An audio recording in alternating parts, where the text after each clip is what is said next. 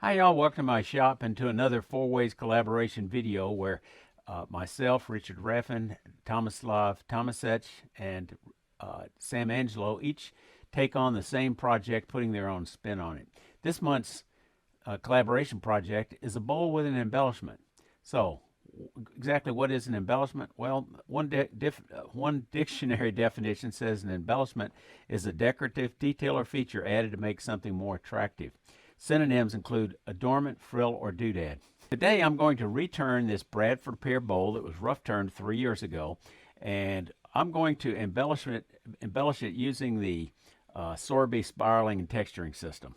This is the second bowl project we've had with the four-way collaboration video. Each of us has a different style, and we'll tend to occasionally use a different tool or slightly different technique, but there's going to be a lot of overlap in bowl turning. So as a result of this video, I'm going to try to edit out as much of the material that I feel like is redundant or doesn't really add new value to you, and I'll concentrate on my embellishing techniques and chucking techniques that I think might be different. I don't turn nearly as fast as Richard or Tommy. As a result, I do have a need to edit out some of that dead time or material that I feel like is redundant. I will leave an occasional mistake in there to kind of keep it real, but I'm going to emphasize, concentrate on showing you some of the embellishing techniques in this embellishment bowl project. So I've got this scrap of wood that I've glued a piece of leather to, and we're going to use that as a friction chuck to put the bowl against. I left this little divot when I rough turned it to make it easier to center, so we're going to put that on here. Bring up tailstock support. And then first thing we're going to do is true up the tenon. Okay, let me put on my face shield and we'll get started. Okay, this is going to be a fairly shallow bowl because that's what I've got to work with, and I needed to pick out a rough turn bowl. Green wood is difficult to embellish with a spiraling texturing system, so I needed something dry. And I wanted something that didn't have any fancy figure, didn't have any spalting. Bradford pear meets that need very well. So let's turn this on. And yep, we see a little wobble. We're just going to come in here and true it up. So with the bulk of the distortion turned away, I'm going to come in there with my detail gouge, 3/8 inch with a point swept back grind to kind of clean this up a little further, get in there a little more easily than I can do with my bowl gouge. Well, I've got a mighty long tenon on here. I'm not sure why. I think I'm just going to go ahead and get rid of some of it now. That'll be one less task to worry about later. And clean up the face.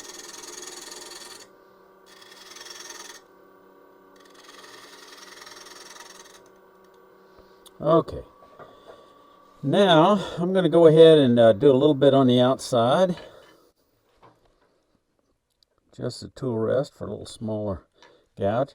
I picked up a 5/8 inch spindle gouge at the symposium. Let's see how that works for me.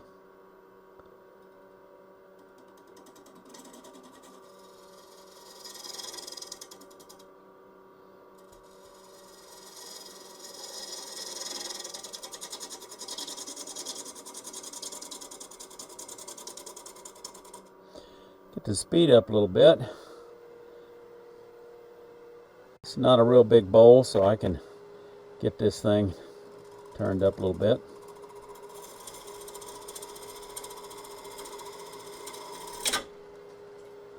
Well, that wasn't pretty.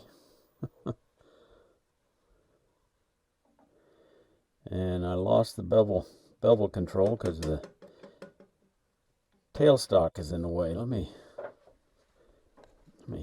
back off the tailstock.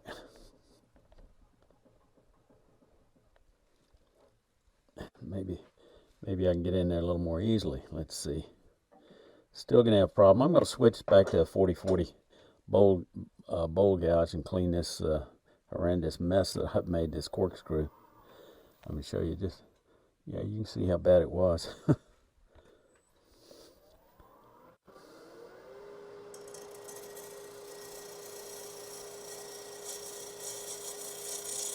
Okay, I'm going to switch to a 5/8 inch bowl gouge and do a scraping, a little bit of scraping to clean up down here. Dropping the handle. Very lightly cleaning up some of those little, tiny little, and you can see I'm getting some nice little wispy shavings. Clean up some of that mess I made. Okay, I can see a little bit of a line here I still need to clean up. I've got to get this smooth because before we turn it around, I'm going to go ahead and sand and embellish a band on the side. So let me move this back just a little bit. And so I know how much room I've got here. I've got to clean, I got to get rid of this warpage here because I'm going to put a band on the front as well. So let's just kind of come in here gently, true up the edge of this face so I know where I'm going to embellish. Just taking my time, back and forth. Let's see if I got it completely trued up and don't have any gaps. Nope. Still got a little gap along here. It's, well, let's see if I've taken it down there.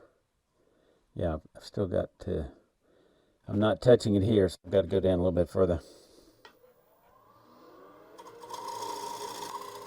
Okay, and we're just going to touch that sharp edge there.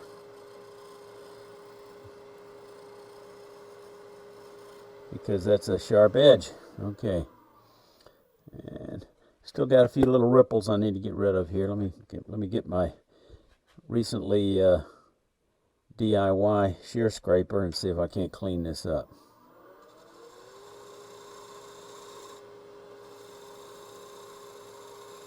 Light pressure, just hitting these little bumps.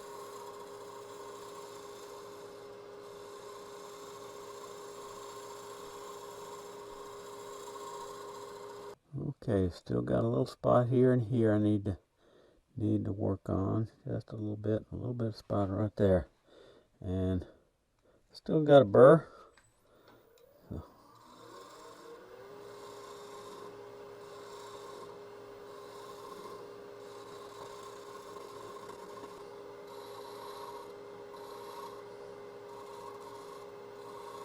Okay. I think that's about as good as I'm going to get with a scraper. I'm going to go ahead now and sand this because I've got to get it sanded to my final grit before I can do any texturing. I've got a little bit more touch up here in the corner.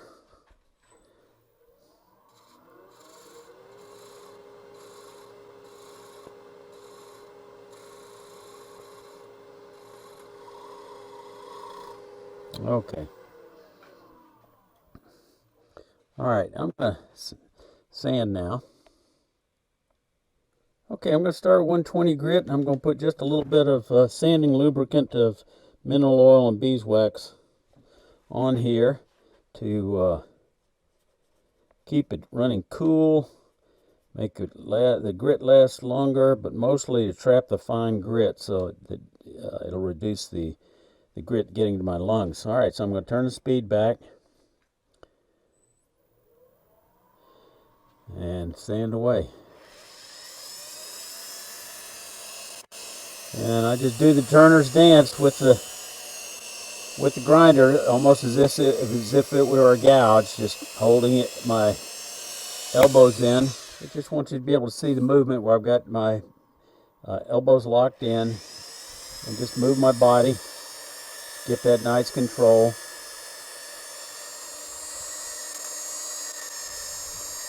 And I'll go through all the grits. Okay, I'm going to mark where the band's going to be. Generally, I want the band to be in the top one third, and I'm going to just very lightly mark it with a pencil where I can make the pencil go away with part of my embellishment. Just a light, very light pencil band, and then I'm going to come down to about, I think about there. Nothing magic about this. It's just a proportion that I think looks good to my eye. Okay, now I'm going to get out my Sorby texturing tool. Okay, for those of you who are not familiar with the tools I'm about to use, let me just quickly show what they are. This is a Sorby spiraling and texturing system. Crown also makes one that's very similar. It's got wheels with different size teeth. They're flat across if they're spiraling, or they come to a point like this if they are just texturing. They come in a large size and a small size. They basically accomplish the same task. Smaller tools for smaller work, bigger tools for bigger work. The little one will get inside a box lid, not so much the great big one. They have a saddle for special effects so you can replicate the angle in one direction and reverse it in the other direction. So I'm not going to be using the spiral wheel today. I'm going to be using the texturing wheel. And in order to minimize a bar of cold rolled steel that's been tapped. And as you can see, this has got a bevel on both sides for the texturing. I'm going to come in there and come in straight. You want to have the tool rest far enough back that you're not going to chew the tool rest up and still get good support. You're going to cut on center. I say cut. These really are scrapers. And in this case, it's more of an embossing tool. And we're just going to see how it looks. I want to try to keep the tool perpendicular to the wood, so I'm going to swing it out just a little bit as the curve changes. The least aggressive is going straight up and down. If I don't like that look, I can twist it sideways and get a little more aggressive pattern. Speed-wise, you want to keep this down to no more than about 500 plus or minus a couple of hundred. Slower if you're using the micro tool. All right.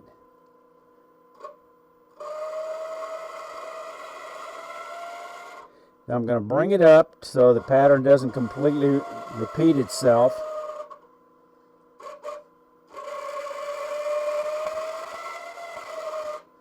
And now, let me examine that, see what it looks like. Doesn't look bad. I'd like to get it a little rough, more roughed up. But I think I'm going to continue to go with this orange peel with the thing perpendicular.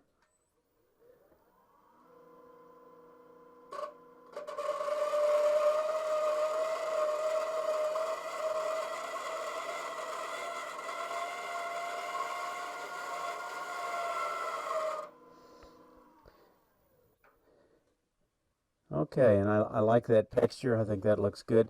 Now, anytime you texture, you have to frame it. I'll show you a close-up of the texture in a moment.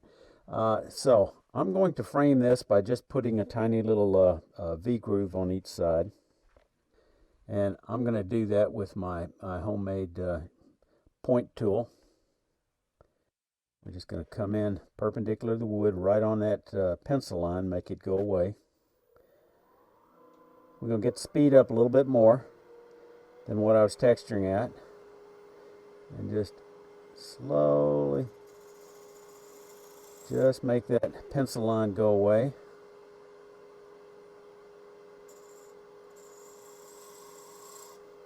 All right, now I'm going to look at it and evaluate it and see if that's the look I want to go for. And to see, do I want to put a bead or just leave it with a V-groove? And I think I may put another little V-groove, make a little bead on each side. Now, I can make a bead with this tool by dropping the handle, rolling it over. It's a scraper. Drop the handle, roll it over the top of the bead, keeping the point off the top. Do the same thing on the other side. I want the same, visually, to be about the same thickness, so I'm just kind of hoping I'm getting pretty close. Again, drop the handle, roll it over, drop the handle, and roll it over. Okay. and I'm happy with that look. Okay, now let's reverse it. As we reverse it, let me tell you. Generally, you want to leave this as thick as possible, so you don't want to have it hollowed out before you do the outside. You want some keep as much mass inside there as possible. So we're going to take off the jam chuck, and we're going to keep using the same normal jaws, and we're just going to put that in there, put pressure on the middle, get it fit nice and evenly. Come around the other hole, tighten it. This is bone dry. Okay, now I'm going to finish flattening this surface. All I did was take it back on the edge so I could see where the edge was, so I'd know where to put the band. But now it's time to get serious about flattening this. Get rid of the live center so I don't get tennis. Don't get tennis elbow, don't get Turner's elbow from accidentally poking myself. Neither are a lot of fun. Okay, so I'm going to use this half an inch 40/40 grind and just get this nice and even.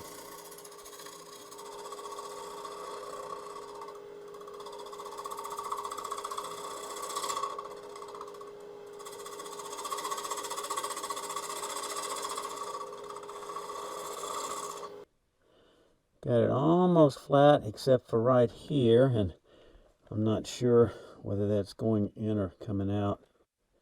Let's kind of look and see. I'm not gonna lose much of the wall thickness here.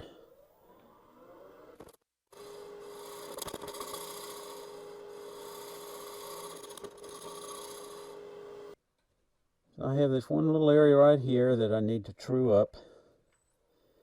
So that's the area I'm going to work on.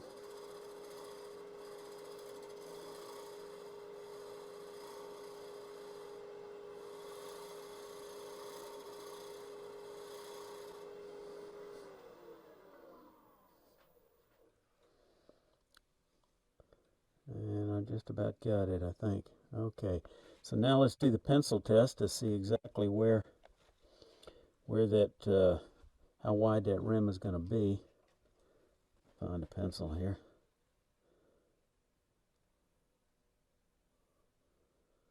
Okay, so I'm not even going to lose a 1/16 of an inch.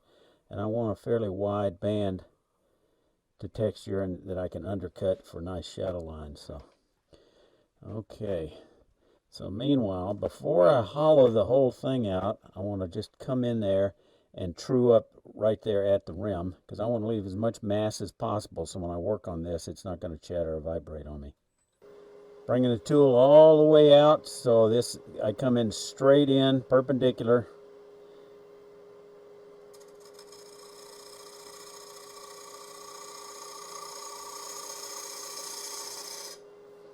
Okay, so now I've got it trued up. Okay, now I've got to sand this before I can texture it.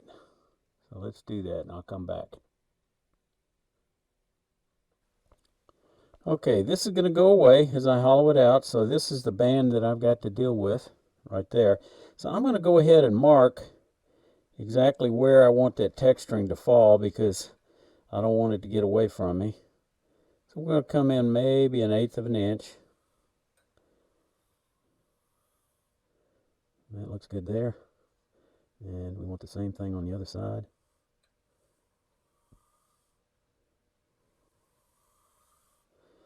That's good, because I'm going to put a little V-groove or something there. All right.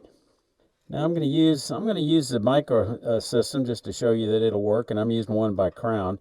I'm going to have this. I'm going to have to go a little slower with this one because this has got a bronze bushing, whereas the other one's got a bearing. So if you go too fast, you can gall the metal. So let's take this one down to no more than 400 or so, and I'm going to press down. Keep it 90 degrees to the wood.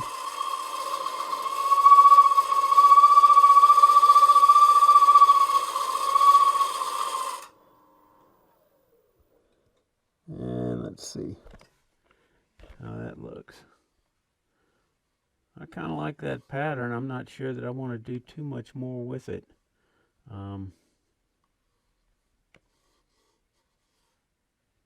Actually, I'm gonna press one more time.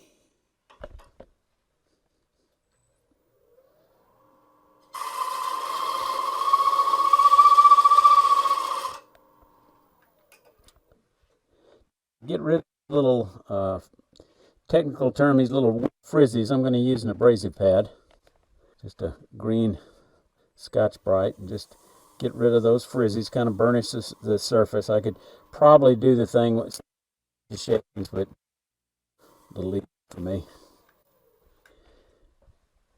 Again, we're going to frame that texturing, so I'm going to use a little different point tool. One's a little more aggressive. And we're going to go right in again, 90 degrees to the work, right there on that pencil mark. I'm going to get the speed up just a little bit. And I'm going to just put my fingers here.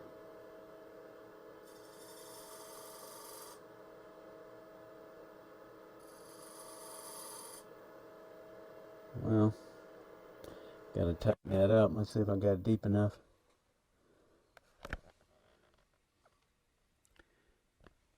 Yeah, I think I want to go just a hair deeper. So I got this a little bit tighter. It was slipping just a little bit.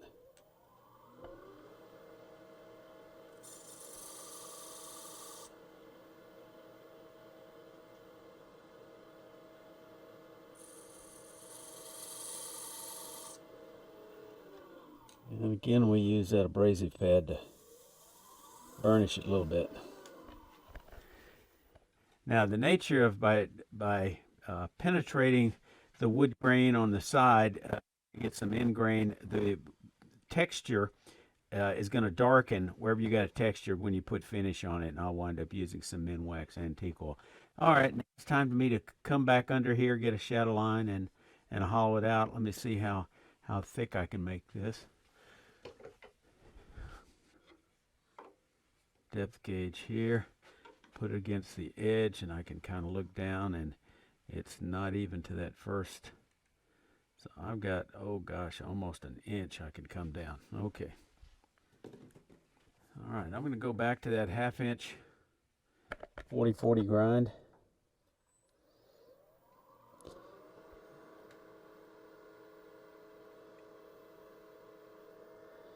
And again, I've got a little bit of a shelf now, the bevel to ride, so I'm going to kind of ease in against it.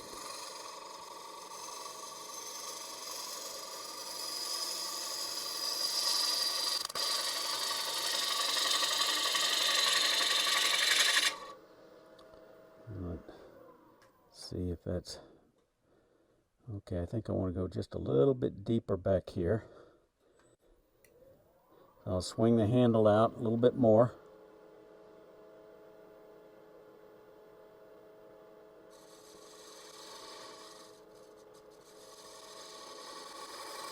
Open it up.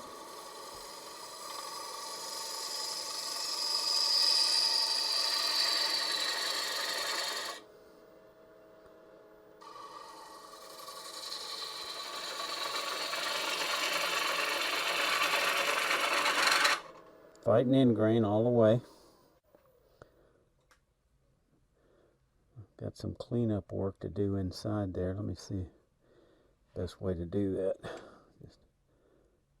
think I want to just be real careful.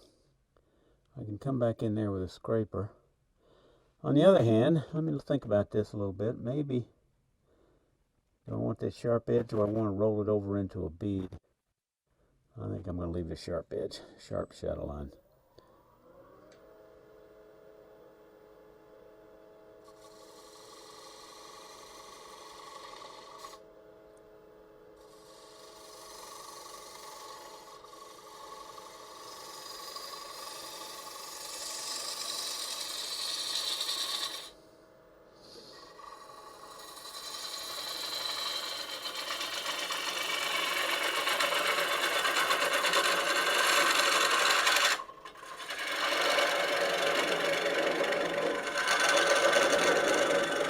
going to leave that little middle there to kind of give me an indication of how much I've reduced the middle.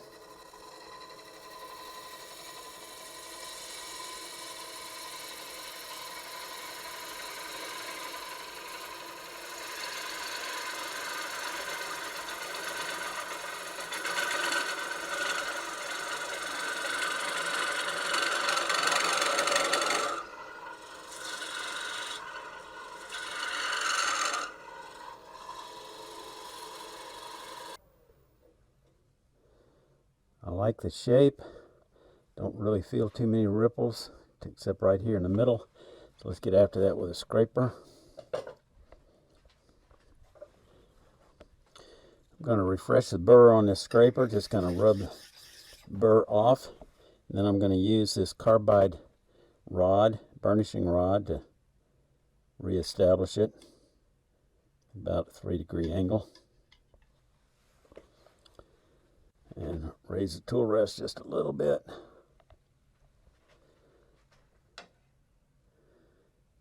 All right, want a very light touch. I want to bring the tool rest up just a little bit higher. Bring it in a little bit. Make sure nothing's rubbing. Get the speed up a little bit. About 800.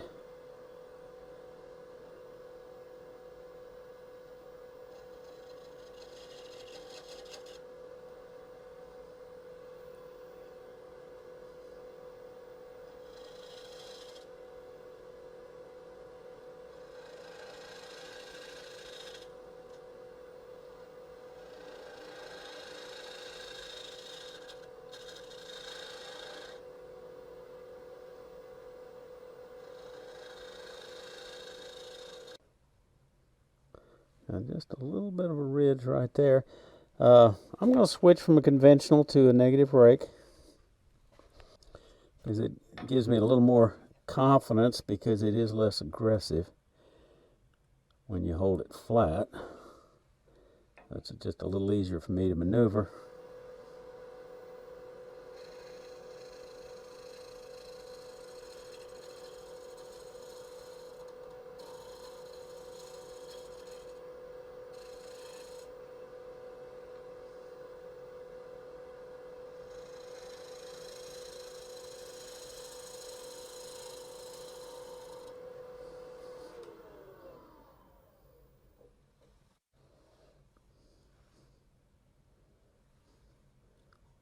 Still got just a tiny little bump. I'm going to mark it with a pencil right here so I can see it. Of course, as soon as the scraper hits that pencil, it'll be gone, but at least I know where to aim for. Actually, it's a little bit more between those pencil marks.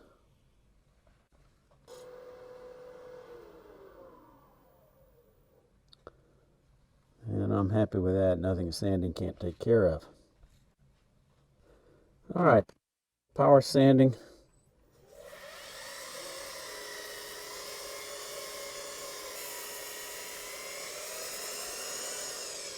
And I'll go through all the grits off camera. Consideration in power sanding on bowls this size and smaller, although a 3-inch is twice as much sanding surface as a 2-inch, it is a lot more difficult to get into a small tight curve with the 3-inch. So in this case, I'm going to switch to a 2-inch to get up under here.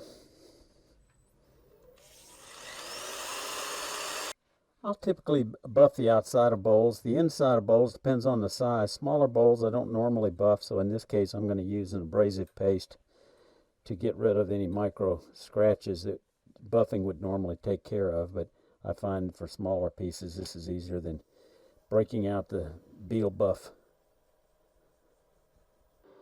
And I buff it, I use this, keep changing sides until I don't see any wax being transferred. Okay, so we're going to remove it off the chuck, and we're going to switch to a vacuum chuck. Normally a vacuum chuck is not necessary to clean off the bottom of a bowl, There are conventional ways that work just fine. But if you want to get to the entire bottom of a bowl, then you've got to jam chuck it, and that to me is a little more effort for a large bowl than using a vacuum chuck. So it's a question of convenience for me. And I've had this for a number of years and works great. All right, let's get this dust collection system hose out of the way. So I'm going to use a vacuum plate. This is all shop made, so not terribly expensive. Biggest expense was the pump, which I got off eBay. The other part that is not terribly expensive is the rotary bearing that goes into the spindle, and this has got 2 bearings on it, the O-ring, so it runs very, very smoothly. I just slip it right into the hand wheel on my Powermatic. All right, so now we're going to bring up the tailstock for support. Always use tailstock as often as possible. I'll switch to a cone center so I can easily get down close to where the action is.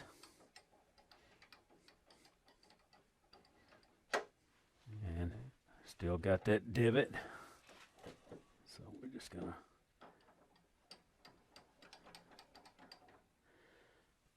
this hose is somewhat of an aggravation sometimes.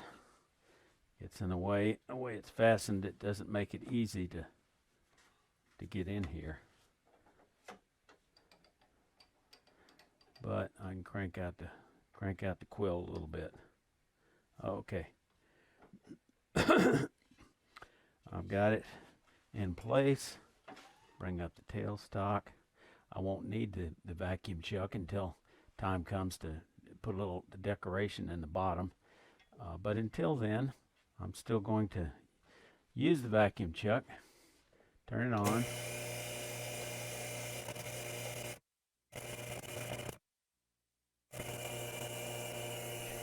I regulate the power. Obviously, this solution does not work very well if you've got voids. So you need to have pristine work like out of this Bradford pear. All right, so let's get rid of most of this tenon first.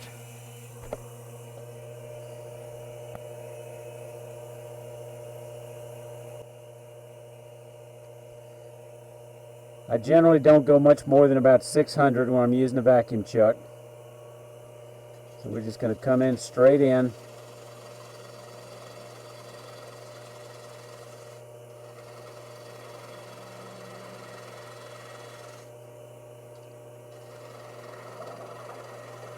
All right, now I'm going to make sure I've got a nice concave surface.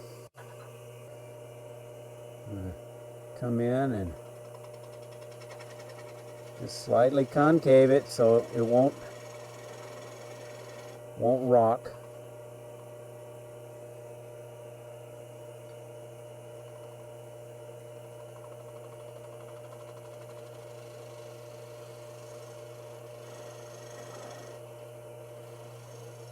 Let's see how that looks. Got a few little marks there I need to get cleaned up.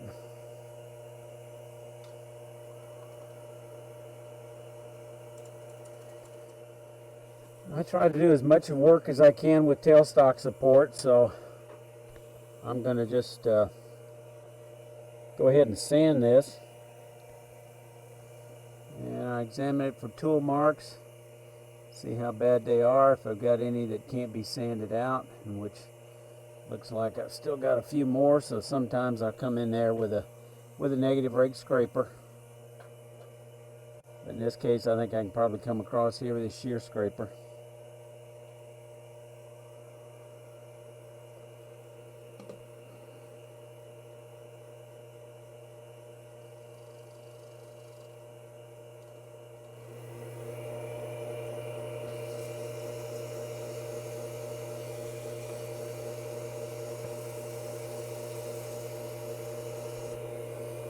Alright, now I'm going to see if I can't put a little flower detail right on the bottom.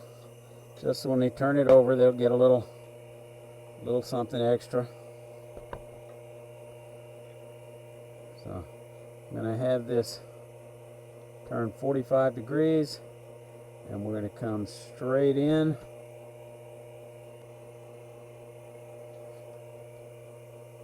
And it didn't come out exactly like I was hoping, so let's try something a little different.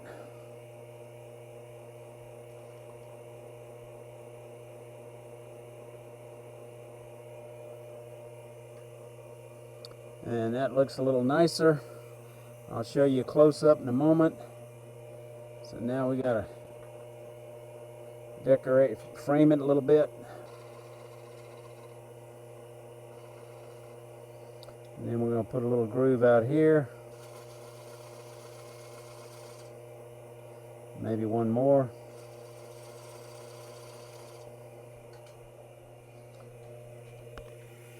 All right, now we're going to turn down the vacuum chuck.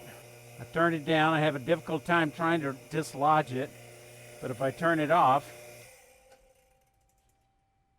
it'll fall right into my hand. So there's the rim. There we are. I'm happy with it.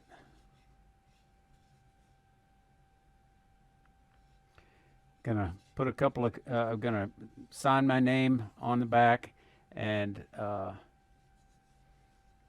probably at least three coats of Minwax antique oil. I said this is Bradford pear. Actually, I misspoke. This is dogwood. A little bit pink, similar consistency and density.